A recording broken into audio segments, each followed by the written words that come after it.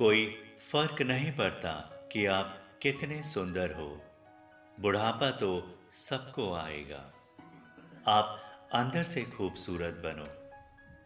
कोई फर्क नहीं पड़ता कि आप कितने ताकतवर हो। अंतिम यात्रा तो औरों के कंधों पर ही होगी। औरों को भी सक्षम बनाओ, मजबूत बनाओ।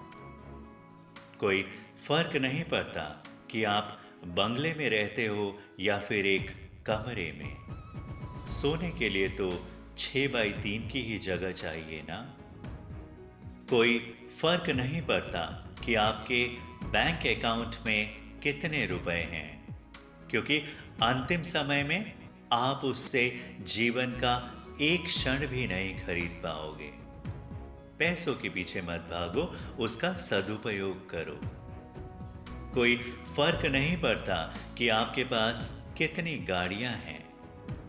भगवान के दर्शन करने तो आप चल कर ही जाओगे ना।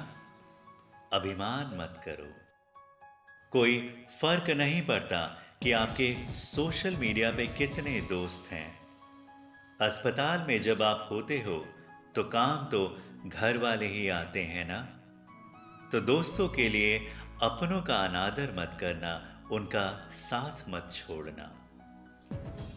आज आपके सारे काम बनते चले जा रहे हैं, क्योंकि समय आपका है। तो दूसरों को छोटा मत समझना, क्योंकि समय का पहिया घूमता रहता है।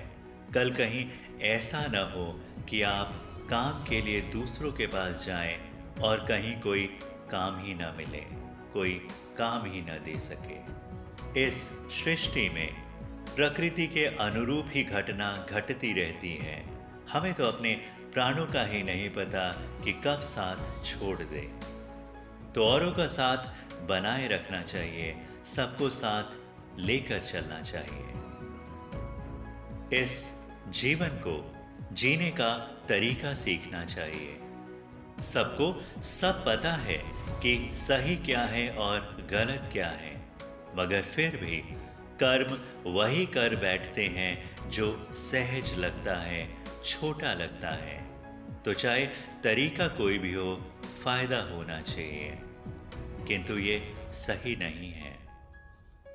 जीवन में हमें वही मिलता है जैसा हम कर्म करते हैं, और कर्म अगर धर्म के साथ हो तो सुकून मिलता है, शांति मिलती है और कर्म फल भी उपयुक्त मिलता है। नहीं आता तो सीखना पड़ेगा, पर सही रास्ते पे चलना ही तो सत्कर्म है, धर्म है।